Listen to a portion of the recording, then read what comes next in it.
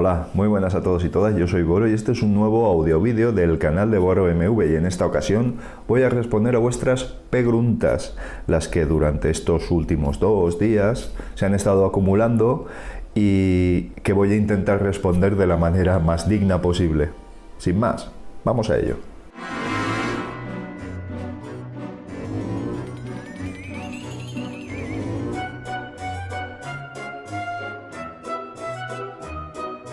Antes de nada he de deciros que las preguntas que han venido en esta ocasión, en esta edición, la 14ª, son increíbles. Son unas preguntas que permiten explayarse a fondo y que desde luego algunas de ellas me sobrepasan, pero voy a intentaros dar mi opinión, que al final es lo que cuenta y por lo que quizá estéis ahí al otro lado, ¿no?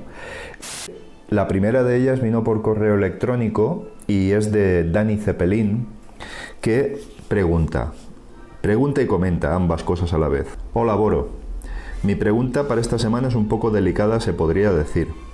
Quería saber desde la perspectiva de un español sobre el supuesto racismo que existe en España. Digo supuesto porque yo no he salido de mi país, entonces solo he escuchado de personas que han estado allá que existe como un tipo de racismo, utilizando términos por ejemplo como Machu Picchu, tiraflechas, sudaca, términos que a mi parecer son denigrantes, al mío también. Entonces mi pregunta ¿es esto verdad? ¿Es así? ¿De verdad en España se le trata al latino como un simple indio que no se encuentra a la altura de Europa? ¿O simplemente es como en todos lados que existe ese grupo reducido de personas que piensan de esta manera racista? Muchas gracias, Boro, por tu respuesta. Me encanta esta sección, me río y también me instruyo mucho sobre temas que jamás se me habría ocurrido averiguar. Saludos. Qué difícil respuesta tiene, Dani. Sí que existe ese racismo. Sí que existe, pero sin que sirva como descargo a España o a los españoles, es un racismo que existe en toda Europa. Yo he estado tiempo, por cuestiones de trabajo, relacionado con alemanes y trabajando a caballo entre España, Alemania, etc. Y te sorprendería. Que esté extendido, sí, lo está. Que se considere como seres, a los latinos como seres inferiores, pues hay una parte muy importante de la población que sí. ¿De dónde viene esto? Pues no lo sé. Yo creo que son megalomanías, creo que viene de épocas dictatoriales y son esos tics que aún quedan y que va a ser muy difícil de resolver. Por otra parte, en Europa estamos asistiendo a un lamentabilísimo auge de la extrema derecha y que conste que me sabe tan mal como si fuera extrema izquierda, cuidado, A mí los extremos radicales irrespetuosos no me gustan, sean del tono que sean, ¿de acuerdo? Pero ¿en qué se basa esta ultraderecha? Pues se basa en rechazar al inmigrante, rechazar todo aquello que no sea la raza propia, la raza aria propia, etcétera, etcétera. No hace falta que te lo diga, lo sabes de sobra y tal como me lo has formulado la pregunta, seguro que sabes de qué va. Si la pregunta directa es si existe en España, existe. ¿Que es denigrante? Lo es. Mira, yo la relación que he tenido con vosotros también de trabajo, pero más que nada de ocio, ¿no? A través de internet y todo esto, me he encontrado con personas con una extremada educación, con un extremado respeto y que pocas veces me he encontrado con personas que me hayan faltado al respeto, valga la redundancia, y que se hayan dirigido a mí en tono ofensivo. Algo se empezó a romper hace tiempo aquí en Europa, en España, al respecto de esto, y es algo que sigue roto y es algo que es un miedo absolutamente infundado bajo mi punto de vista y bajo todos los puntos de vista económicos, tanto de derecha como de izquierda, pero que persiste en la población. Luego en el día a día y en el trato observas que no es tanto, que la gente No todo el mundo se dirige a alguien latino de manera despectiva y todo esto. Te das cuenta que al final somos personas con el corazón a este lado del pecho, sangre roja. Y por supuesto que lo del racismo me parece algo absolutamente... Mira, desde el punto de vista científico es aberrante. Desde el punto de vista sociológico es más aberrante aún. Desde el punto de vista ético ya es absolutamente despreciable. Así que, Dani, sí que existe y lo lamento que exista y lamento que se transmita esa imagen de este país. Este país es muy peculiar. Este país tiene una serie de heridas no curadas y que mucho tiempo tiene que pasar para que eso se resuelva. Fíjate que en el ámbito musical, pese a que lo odie, los ritmos latinos modernos del tipo reggaetón, etcétera, etcétera, pues están en las listas de éxitos, pero absolutamente en todas las emisoras y medios. Es decir, que quizá las nuevas generaciones piensen de una manera diferente, pero no te quepa duda que ese mensaje racista cala. Y además cala muy rápido, porque los argumentos que utilizan, además de falaces, son eficaces. Es decir, tú te quedas sin empleo y ves que en la fábrica de al lado hay un señor latino trabajando, ese te ha quitado el empleo. No se lo ha quitado el resto de gente que hay allí, no, se lo ha quitado ese, ¿vale? Entonces, es tan absurdo. Pero sí, Dani, por desgracia existe y debemos de luchar contra ello. Yo, sabes, si me has oído o visto en algún vídeo, que estoy bastante desesperanzado y soy bastante pesimista con respecto al ser humano. Y esta es una de las cosas que yo no sé si llegaremos a tiempo para revertirla, porque no sé si nos cargaremos antes el planeta o qué, pero desde luego habría que luchar contra ello y desde luego yo me lo propongo. Pero bueno, espero que esa propuesta cale hondo en más gente y que entre todos podamos combatir eso. Pero sí que está más extendido de lo que yo quisiera. Bien, Saúl Rodríguez, que siempre hace unas preguntas espectaculares, nos pregunta, es una pregunta filosófica, ¿somos buenos o malos por naturaleza? ¿Nos vienen los genes? Un saludo. Esto... hacen falta muchos vídeos para poder responder a esto, Saúl, pero bueno, en la genética nos viene nuestro lado primate muy acentuado, muchísimo más acentuado de lo que la gente piensa, como muchas veces he dicho, ¿de acuerdo?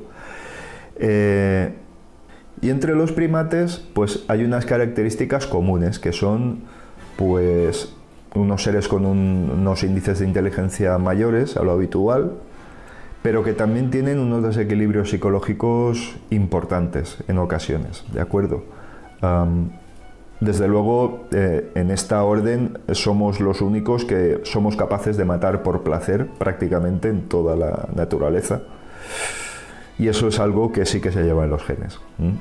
Si somos buenos o malos, hombre, si estas personas que han vivido aisladas en bosques, en selvas, en islas, no son ni buenos ni malos, al final actúan como cualquier otro animal en este planeta, es decir, matan para comer y viven en paz con el resto de animales, porque de ello depende su supervivencia.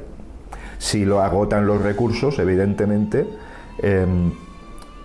agotarán sus posibilidades de sobrevivir, entonces no les conviene.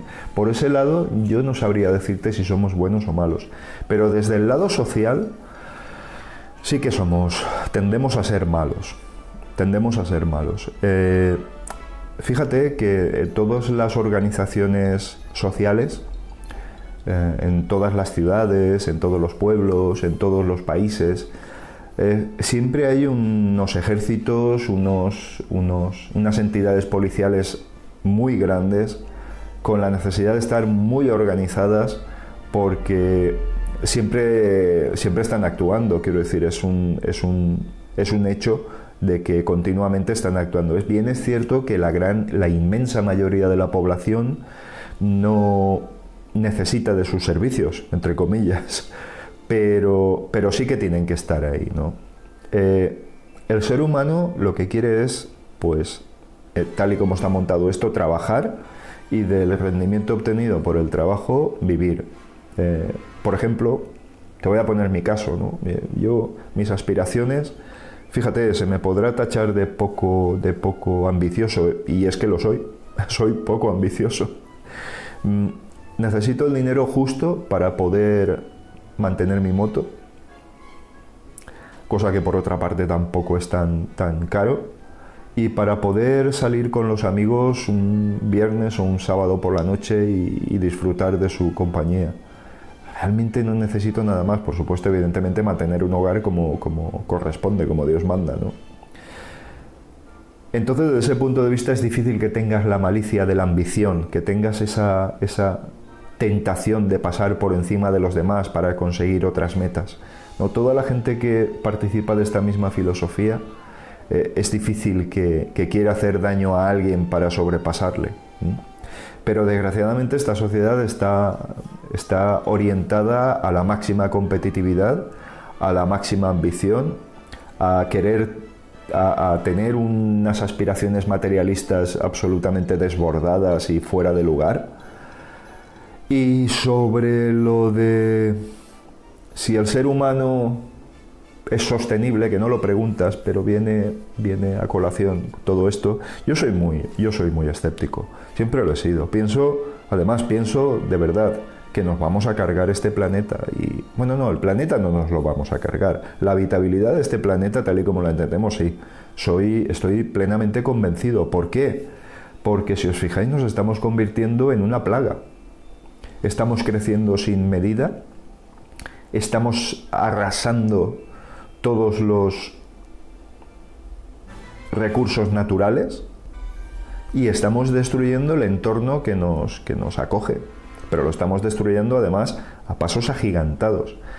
A la mínima que todos los países, pero incluso la gente llana, ¿no? Estamos envolviendo el planeta en plástico, estamos destruyendo grandes zonas de nuestros océanos, que es el 75% del planeta, de la vida en el planeta, y no estamos haciendo mucho por resolverlo, y el problema está ahí y es muy grave.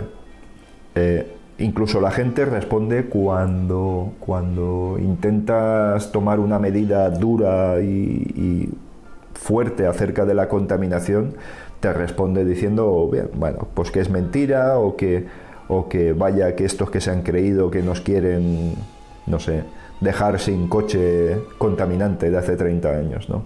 Entonces, apartando el lado ideológico, no es que seamos ni buenos ni malos individualmente, pero colectivamente yo creo que sí que hay un punto de maldad, competitividad desmedida, de falta de tolerancia con el país vecino, como he comentado antes, sobre la inmigración tenemos unos prejuicios absolutamente fuera de lugar.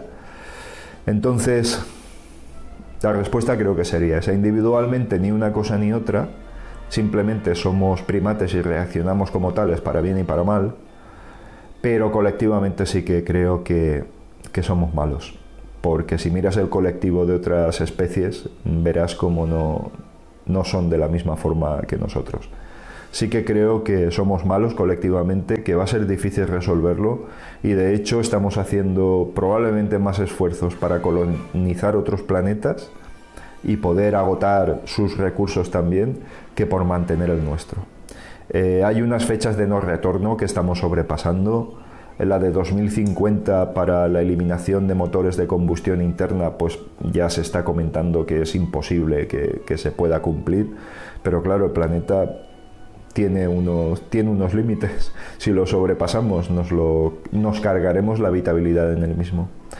Así que eso, vuelvo a insistir y resumo: individualmente ni una cosa ni otra, salvo excepciones para un lado y para otro. Hay personas excepcionalmente buenas y personas excepcionalmente malas, pero colectivamente sí que somos malos, somos muy malos, no sabemos vivir en colectividad y desde luego la utilizamos para fines nada éticos.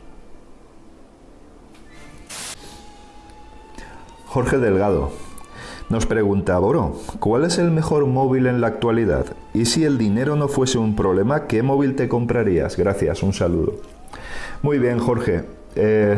Buena pregunta. Ya os he dicho que en esta edición tenemos unas preguntas, siempre son buenas, pero en esta ocasión tenemos unas preguntas muy concretas y muy interesantes. ¿Cuál es el mejor móvil en la actualidad? Mira, yo no creo que sea el móvil más caro. Sabéis, porque en alguna ocasión he comentado que el mejor móvil es el que mejor responde a tus necesidades. Es decir, no creo que sea necesario gastarse 1.500 euros o 1.700 dólares o 1.800 dólares en un móvil. Sinceramente, no, es que no es necesario hoy por hoy. Otra cosa es que tengas el gusto, tengas la capacidad económica para que esa cantidad de dinero no te perturbe, ¿no? ¿Cuál es el mejor móvil en la actualidad? Pues mira, si atenemos al criterio de prestaciones, etcétera, etcétera, yo te diría que el Note 10 de Samsung sería un candidato a mejor móvil. Pero si lo miramos en valores absolutos, precio, prestaciones, calidad, cualquier Xiaomi de gama alta sería un gran candidato. Cualquier Huawei de gama alta, un P30 Pro, sería un móvil que se aproximaría muchísimo a la excelencia, ¿vale? En mi caso, y siguiendo la primera parte de la pregunta, el móvil perfecto para mí no sería muy diferente al Mi Max 3 que tengo, ¿eh? No, ¿por qué? Pues porque tiene la batería que necesito, tiene una pantalla grande como necesito realmente, y bueno, si bien es cierto que las cámaras me gustaría que fueran mejores, por lo cual no sería exactamente el perfecto móvil para mí. De no tener este móvil, ¿cuál me compraría? Es difícil, ¿eh? Es muy difícil. Pero sería un Xiaomi de gama alta, porque a mí MIUI me gusta, los Xiaomi son móviles muy bien hechos, o un OnePlus, el último OnePlus, porque creo que tienen una relación calidad-precio-prestaciones muy interesantes. El mejor móvil de la actualidad, volviendo atrás, lo pondría por estratos, es decir, si hay una persona que tiene muy poco poder adquisitivo, pero con un Redmi Note 7 de 130 a 140 euros le sirve perfectamente a sus propósitos, para esa persona ese es el mejor móvil, ¿de acuerdo? Entonces, subiendo de gama de entrada, gama baja, gama media alta, gama media tal, este tipo de gamas que no entiendo muy bien los criterios, porque una gente los califica por precios, otro por prestaciones, por un Pocophone F1 se le cataloga como una gama media y es un pedazo de móvil con unas prestaciones y componentes que realmente poco tienen que envidiar a cualquier gama alta. Fue un móvil disruptor que, por cierto, probablemente la marca Pocophone deje de existir, es lo último que he estado oyendo.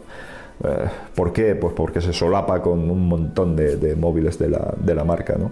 No lo sé, ya veremos lo que hacen. Desde luego, poca vida ha tenido, aunque muy exitosa, paradójicamente. Entonces, mejor móvil probablemente fuera el Note 10 sin la capa de Samsung. Yo creo que se aproximaría a las funcionalidades del S Pen, etcétera, etcétera. Yo creo que estaría muy bien. Estaría ahí posicionado en primera posición, bajo mi punto de vista. El que me compraría seguramente un Mi Max 4 que no va a salir.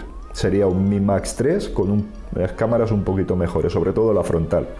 Ese sería mi móvil perfecto, y tuviera el poder adquisitivo que tuviera, sería el que me compraría.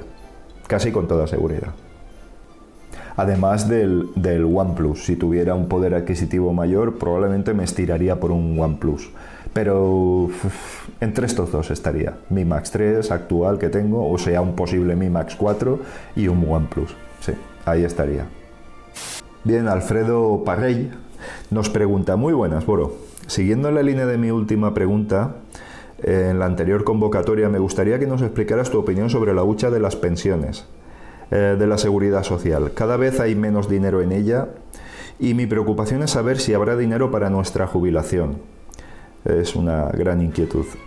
Cada vez la edad media de vida de los españoles es mayor, con lo que existe déficit entre el dinero que ingresa el Estado por la gente que estamos cotizando y el gasto para las arcas públicas, que supone en la actualidad pagar las pensiones. Yo entiendo que así el sistema no es sostenible y que debería de respetarse por parte de los partidos políticos el Pacto de Toledo sobre las pensiones y hacer las reformas necesarias para garantizar las pensiones futuras. Muchas gracias y saludos. Muy bien, Alfredo. Gran pregunta. Vamos a ver. El tema de las pensiones es un tema complicado. Desde luego hemos sobrepasado una línea roja, que era no tocar ese fondo, para otra cosa que no fueran pensiones. Y una vez sobrepasada, pues evidentemente el Pacto de Toledo y todo tipo de acuerdos entre partidos y gobiernos, pues se ha ido a hacer puñetas. Entonces, yo creo no, estoy convencido, es decir, porque la hucha de las pensiones, cuidado, no es la partida presupuestaria del Estado para pensiones, ¿de acuerdo? Es una hucha generada para todo aquello que es aparte de los presupuestos en lo referente a las pensiones. Entonces, desde ese punto de vista, las pensiones están cubiertas. Que cada vez va a ser menos sostenible, sí, sin duda, va a ser menos sostenible. ¿Qué podríamos hacer al respecto? Pues mira, yo, bajo mi experiencia y lo que conozco, que las pensiones estuvieran mucho mejor estructuradas, ¿vale? Lo que no puede ser es que haya personas que cobren 300 euros de pensión y personas que cobren 3.000. ¿Vale? Yo eso lo he conocido, y eso lo conozco, y conozco gente jubilada con 45 años, ¿vale? Con el tope de sueldo, con el máximo de sueldo que cobraban a cargo de los presupuestos del Estado. Y no te voy a decir en qué aspectos, pero han sido trabajadores del Estado, no te voy a decir más. Eso me parece, claro, si vamos a eso, una persona que gane 3.000 y otra que gane 300, pues la media son pues 1.800 euros de pensión, ¿no? La trampa estadística de todo esto. Entonces, aquí en España las pensiones parece que son muy altas, pero créeme que en su momento accedí a cifras, también te digo que es hace tiempo, en el que la inmensa mayoría de las pensiones son muy bajas, muy bajas. Y que es estas grandes pensiones las que rompen la estadística. Bien, dicho esto, el Estado no puede dejar caer las pensiones. Es decir, de uno u otro lado, quitando de otros sitios, las pensiones se tienen que pagar. No puedes dejar en la indigencia a la gente. Otra cosa es que se haga un sistema mixto de aportación, que estoy absolutamente en contra de ello. Pero bueno, se está hablando algo mixto entre privado y público, en el que, bueno, pues tengas como una especie de seguro de jubilación, que eso hay mucha gente que lo contrata de manera individual, para complementar un seguro de jubilación que tendrá más ventajas fiscales de las que tiene ahora, si es que las tiene, porque no lo sé y no lo tengo. Pero que tenga unas ventajas fiscales suculentas y que ayuden a complementar la pensión para cuando nos hagamos mayores. Yo estoy en contra de esto y creo que va por mal camino el tema, pero va por el mal camino por la mala gestión. Es decir, ningún gobierno se va a arriesgar a coger y decir, señores, voy a bajar las pensiones un 20%. O voy a reducir gasto sanitario porque lo necesitamos para las pensiones. Entonces, ningún partido lo va a hacer, con lo cual el sistema cada vez va a ser más inestable y va a estar más necesitado. No se crea el empleo suficiente, no tenemos gente joven suficiente para el empleo que sería necesario crear para que fuera sostenible el sistema, y así pues vamos mal. Todos los recortes que han habido hasta ahora se sustentan en eso, pero también es cierto que estamos pagando el rescate a los bancos, por ejemplo, y que, bueno, pues lo voy a decir, aunque seguramente también lo hará este gobierno y lo habrá hecho en gobiernos anteriores de otro color, pero el meter la mano en la hucha de las pensiones para para comprar deuda española con una rentabilidad muy baja y que ha ido dilapidando, o sea, los intereses incluso negativos han ido mermando esas inversiones, pues es una línea roja que no habría que haber tocado, además de haberlo dedicado a otro tipo de partidas en los presupuestos generales. Se sobrepasó esa línea, se ha metido la mano en la hucha, con lo que no tenemos ese colchón amortiguador. Entonces vamos a estar expensas y no me extrañaría que en un futuro pues hubiera un cálculo mucho más a la baja. Mucho más a la baja. No me extrañaría nada. Pero desde luego desaparecer no creo que desaparezcan. Y se pueden hacer las cosas de otra forma. Y si no, tenemos el ejemplo de Portugal, que con políticas sociales están saliendo adelante. Entonces, si el problema en todo esto ha sido en mi opinión, crisis que sí, que ha sobrevenido por una serie de cuestiones, de activos tóxicos a nivel mundial, etcétera, etcétera, y que ha provocado pues que muchos países se vieran con unas burbujas, en el caso español inmobiliarias, que han tirado al traste la economía. Pero esta crisis también tiene una componente provocada, porque ha venido de perlas para rebajar el precio de la mano de obra, rebajar las ayudas sociales, de todo tipo, Y es una crisis que se ha intentado combatir desde mi punto de vista de manera premeditada con austeridad. Los estados son los prototipos de inyección económica en la sociedad sin ningún tipo de regreso, de reversión. Es decir, una carretera es deficitaria por antonomasia. Nunca vas a poder pagar una carretera por mucho tráfico que pase sobre ella. Ni su construcción, ni su mantenimiento. Nunca. Todos los servicios públicos son deficitarios por definición.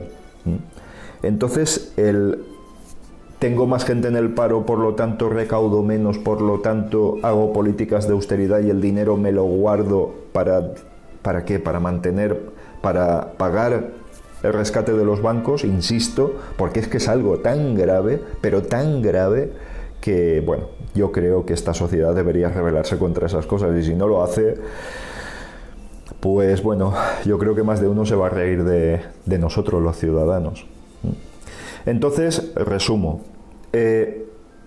nuestras pensiones no estarán en peligro de una u otra manera, pero bien es cierto que el dinero tiene que salir de algún sitio y será ajustándolas un poquito, ajustando otro poquito de otro lado, haciendo que te pagues algunos servicios en la seguridad social. Ya ese copago lo tenemos ahí por los siglos de los siglos y se volverá a acentuar, instándote a que contrates un seguro privado, etcétera, etcétera, etcétera. Tienes razón, no es sostenible. Podría haberlo sido, pero después de salir de esta última crisis no hay recursos suficientes como para que esto se automantenga. Y desde luego a los gobiernos que han metido la mano en la hucha de las pensiones y a quienes se lo han permitido, y hablo de la oposición, ya les vale. A mí me pueden estar prometiendo lo que quieran, pero eso ha sido muy grave también. Así que, lo dicho, se sacará dinero de otros lados, se ajustará, pero ese dinero lo tenemos. E insisto, no me extrañaría que en un futuro dijeran, oye, vamos a hacer un sistema mixto o a partir del 2050 esto va a ser privado. Tu pensión saldrá de tu seguro privado de pensiones. De jubilación, eso puede ocurrir, Eso puede ocurrir y no me extrañaría nada que se hiciera. Si el Estado se liberaba de todo esto, aunque también espero que liberen a la nómina del pago a la seguridad social. Pero eso es un riesgo muy grave, porque eso, el estado del bienestar lo destruye. Fijaos que los países más importantes del mundo son los que tienen los impuestos más elevados del mundo. ¿Por qué? Pues porque así te garantiza tener una sanidad en condiciones, tener una educación en condiciones, tener una seguridad en condiciones, etcétera, etcétera, y unos servicios públicos y sociales en condiciones. Es que el dinero no puede salir de otro sitio más que de los impuestos. Por eso es que me hace mucha gracia y me río muchísimo, amargamente, cuando llega algún señor iluminado y dice voy a bajar los impuestos porque este gobierno lo que ha hecho es atrancar a los españoles a base de impuestos. ¿Y de dónde sale la sanidad y todo esto? ¿De dónde sale? Si no es de los impuestos. Otra cosa es exigir la mejor gestión, porque nuestros políticos están obligados a ser los mejores gestores. Eso sí que hay que exigirlo. Pero el tema impuestos, yo gustosamente pagaría muchos más impuestos. Eso sí, que fuera a la óptica y tuviera unas gafas subvencionadas completamente, aunque fueran feas, pero son mis gafas subvencionadas. Que fuera un dentista y me arreglara la boca, algo por lo que todos pasamos y que vale una cantidad de dinero bestial, que pagara los libros de nuestros niños, que tantas y tantas y tantas cosas. Yo firmaría ya, ¿eh? Y por supuesto, en un futuro tener una pensión digna. Y con otro modelo. Yo creo que el modelo actual es un poco injusto porque después de tantos años trabajados, luego te encuentras con que tu pensión va a ser según las circunstancias del momento. Pero sigo siendo partidario de este sistema porque no rompe el principio de solidaridad. Es decir, habrá gente que habrá tenido muy mala suerte y oye, y no ha podido cotizar lo que debería y tal, y de esta manera está cubierto. De otra manera, es decir, que tú generaras tu propia bolsa, pues seguramente saldría muchísima más gente perjudicada. Así que nada, ahí está mi respuesta. José GDF, ¿crees que los dispositivos móviles acabarán desplazando totalmente todas las tareas que aún hoy necesitamos hacer en un PC o en un portátil, o que aún tenemos ordenadores personales para rato? Me refiero a cosas como editar audio, vídeo, tareas de ofimática, diseño, administrar una web, este tipo de cosas. Personalmente me resulta incómodo e improductivo hacer algunas de estas cosas y otras todavía me resulta inviable. No sé, ¿qué opinas de este tema?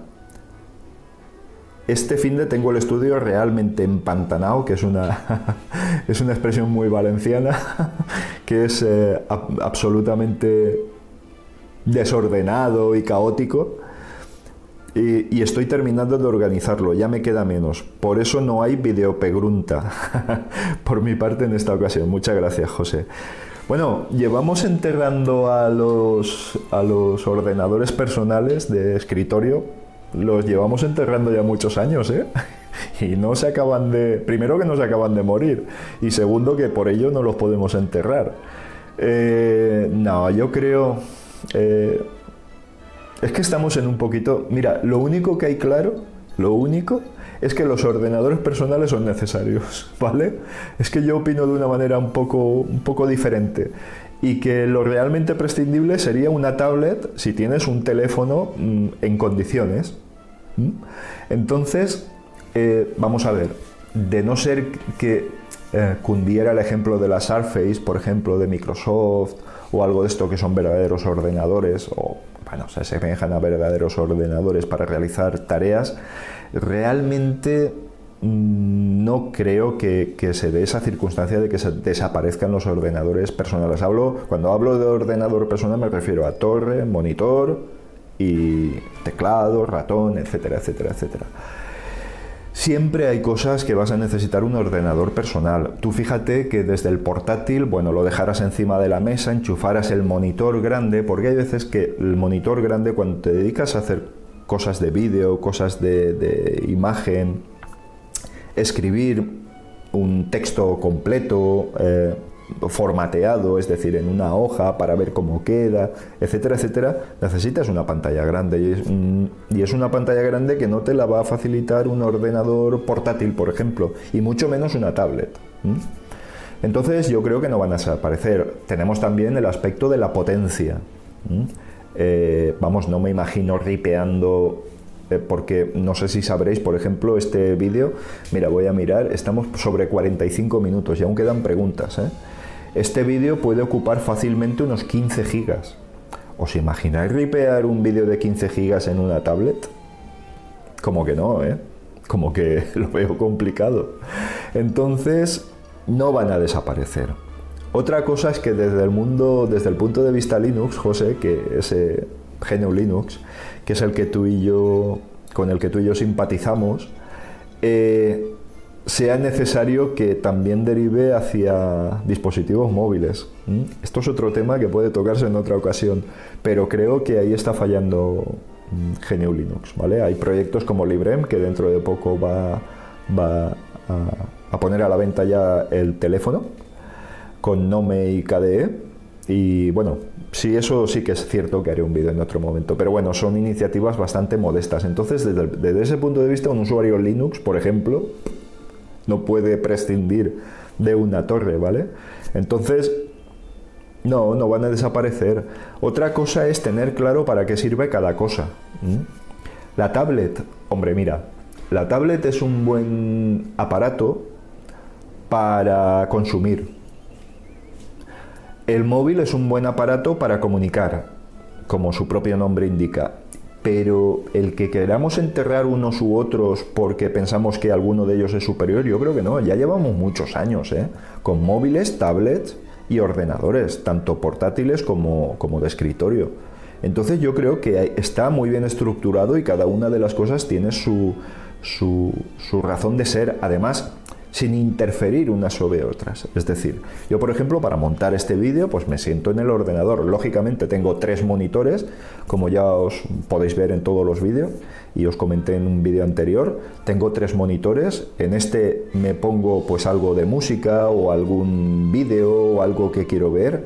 En este me pongo los ficheros que necesito para montar el vídeo, y en este de aquí, que no se vea la luz, Lorena, en este de aquí es donde abro Kdenlive, que es el monitor grande, y donde lo monto todo. Entonces, esto no lo puede sustituir ningún dispositivo.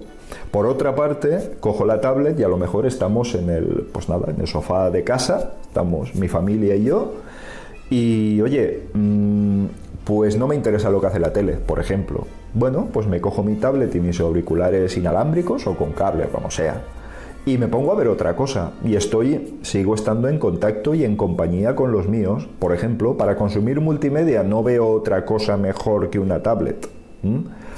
Y en cuanto al móvil, para comunicarse, redes sociales, WhatsApp, Telegram, etcétera, etcétera.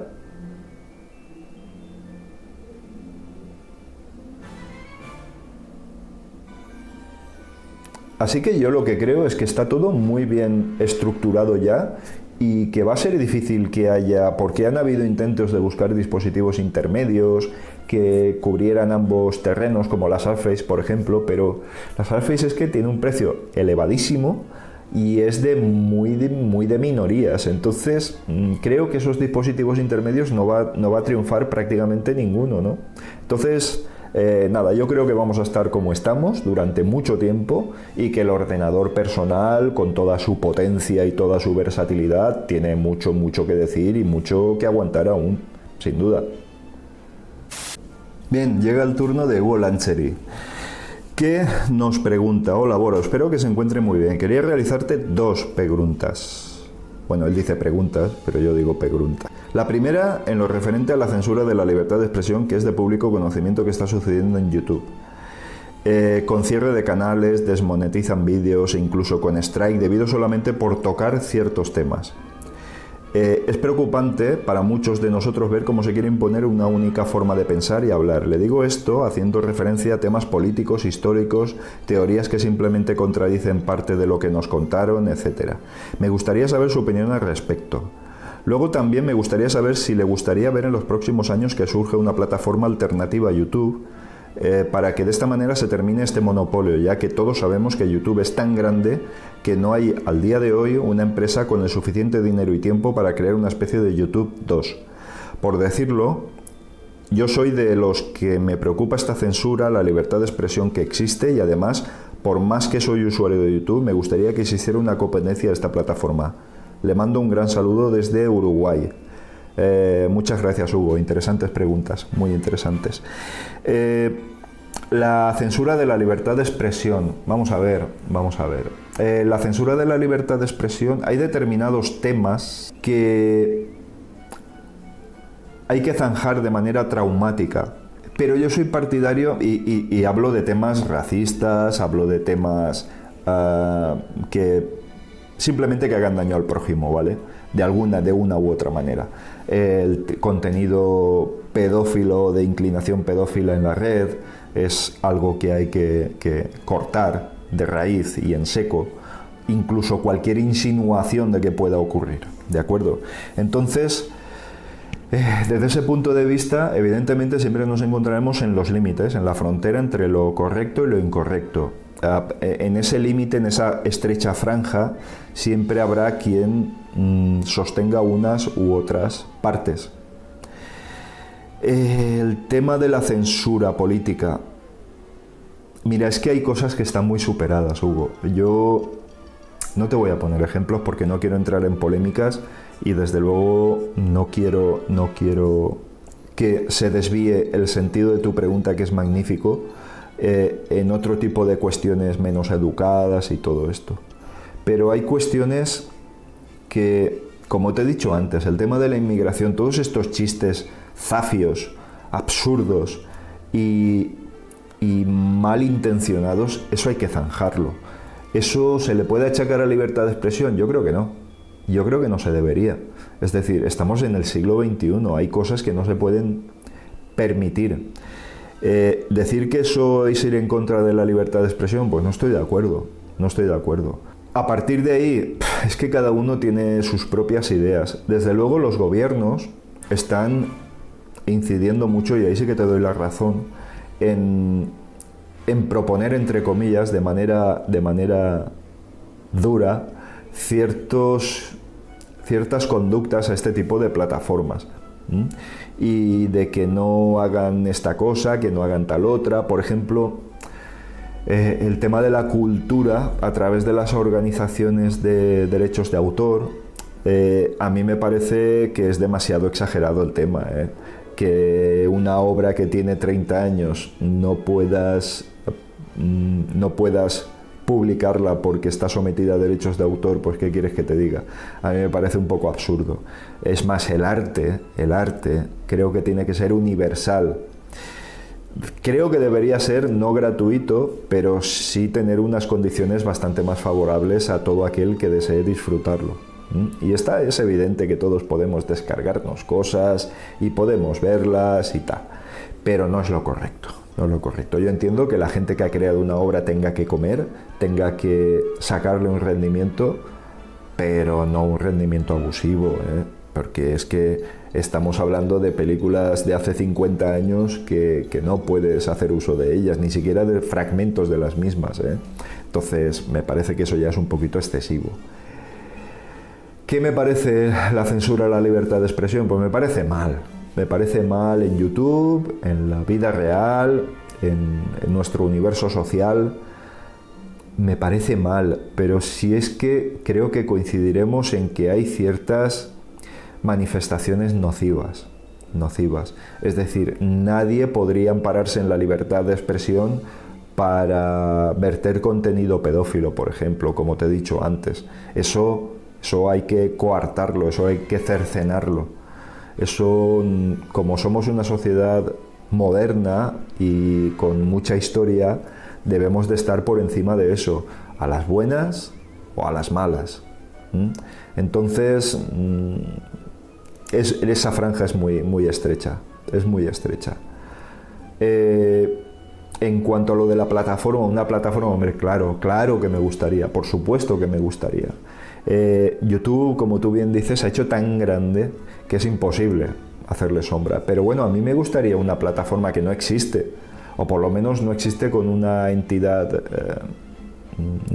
más o menos solvente.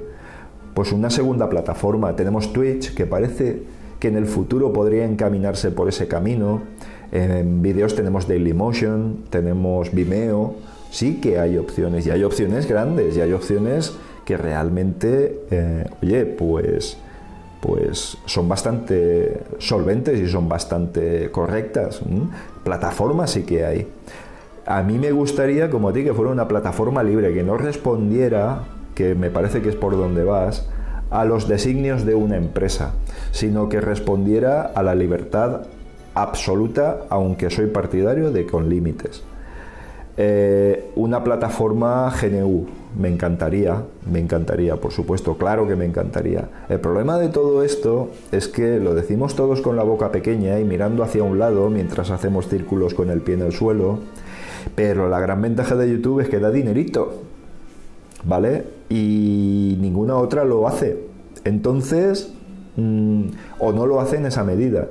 Entonces, la mayoría de la gente dice, bueno, bien, yo publico en Vimeo, publico en Dailymotion y después publico en YouTube, porque como me haga con 100 y pico mil suscriptores, pues oye, me va a dar un rendimiento que otras no me van a dar. Entonces, YouTube va a continuar por muchos años y por muchas plataformas que nazcan, no van a poder con YouTube. No van a poder. Me gustaría una plataforma libre para todas aquellas personas que no tienen ese tipo de ambición económica, por ejemplo, para que pudieran disfrutar de los contenidos sin publicidad y pudieran disfrutar de los mismos con libertad y con toda garantía. Claro que me gustaría. En archive.org, en archive.org, se pueden colgar vídeos y se pueden buscar vídeos allí.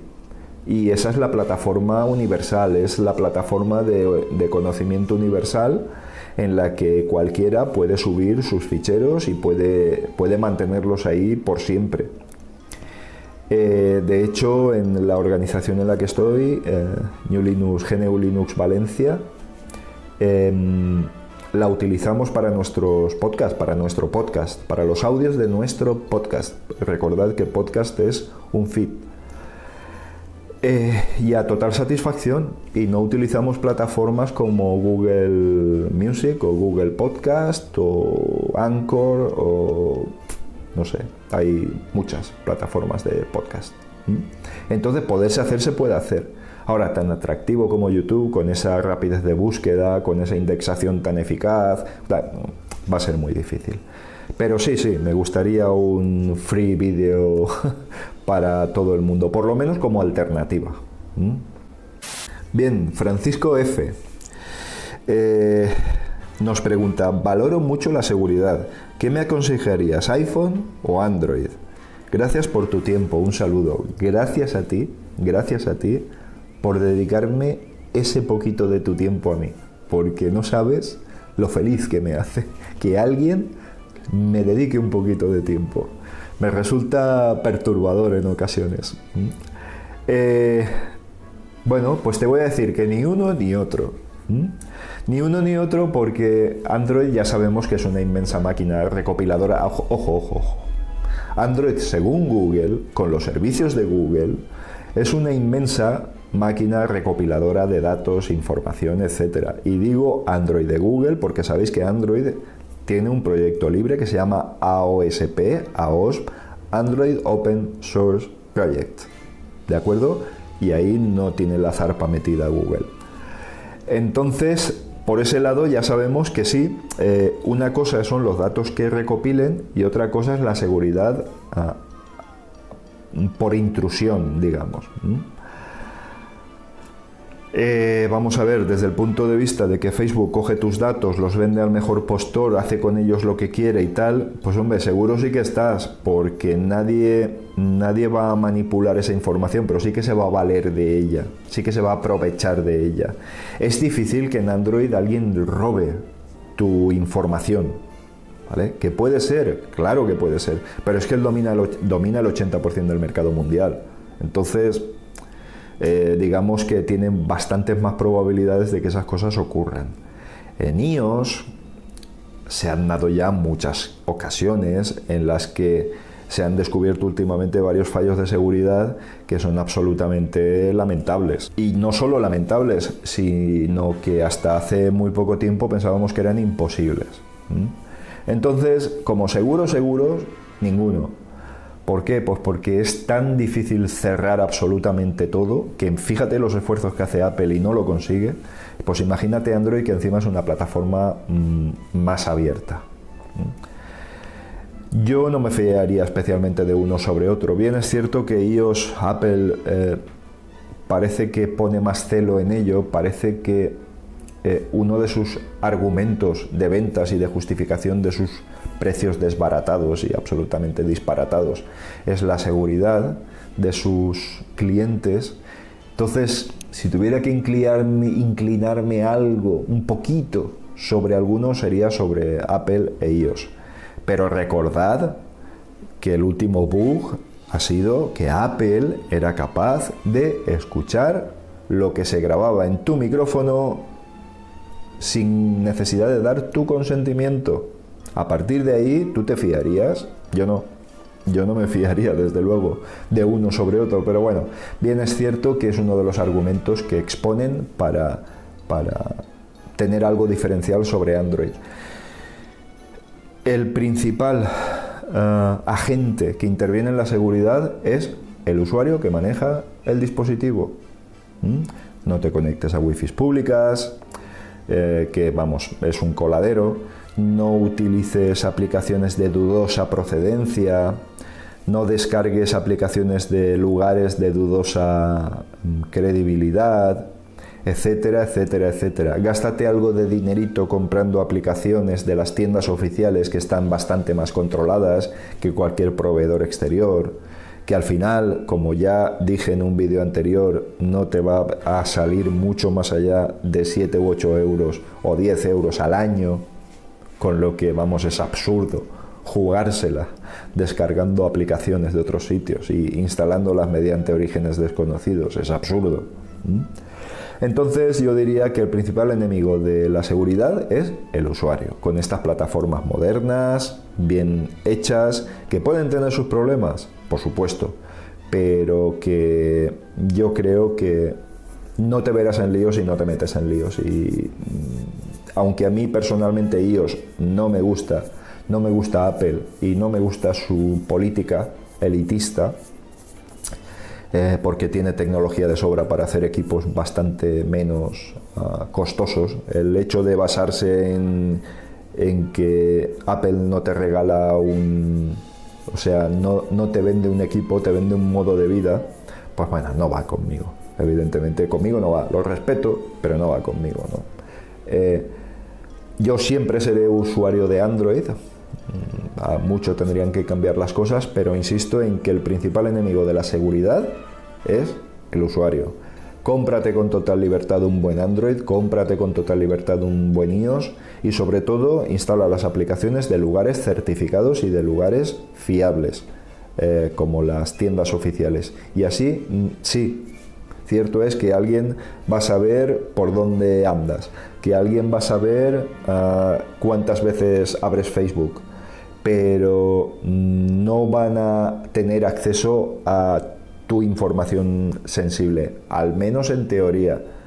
Sí que sucede, pero no de una manera a la que haya que tener en cuenta de manera enfermiza. Todos son susceptibles de ser violados en su seguridad, así que el que más te guste, porque todos van a intervenir, pero oye, si tienes tus precauciones, evidentemente los riesgos se minimizan.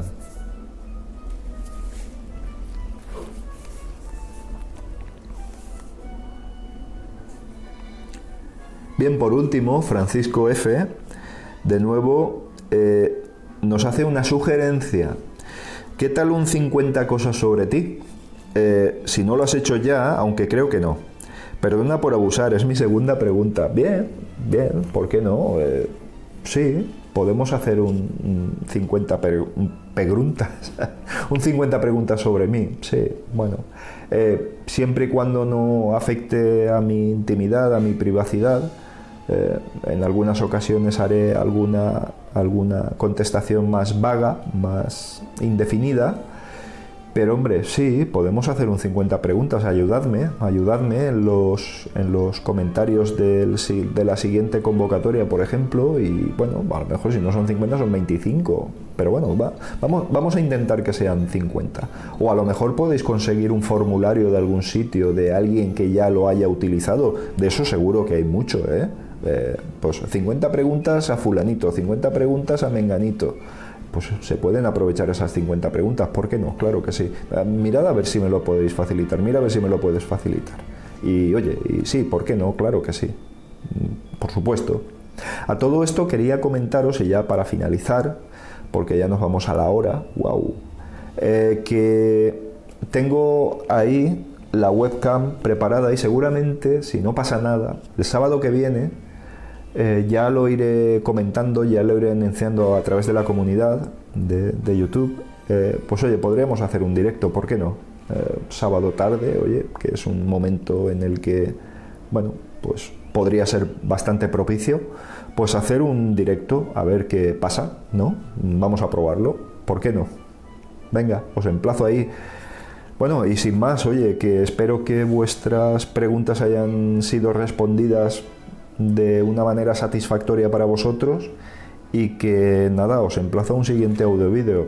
Destacar que es un auténtico placer poder interactuar de esta forma y que para mí está resultando muy enriquecedor y desde luego está estableciendo una comunicación humana muy interesante en una plataforma que es de todo menos eso.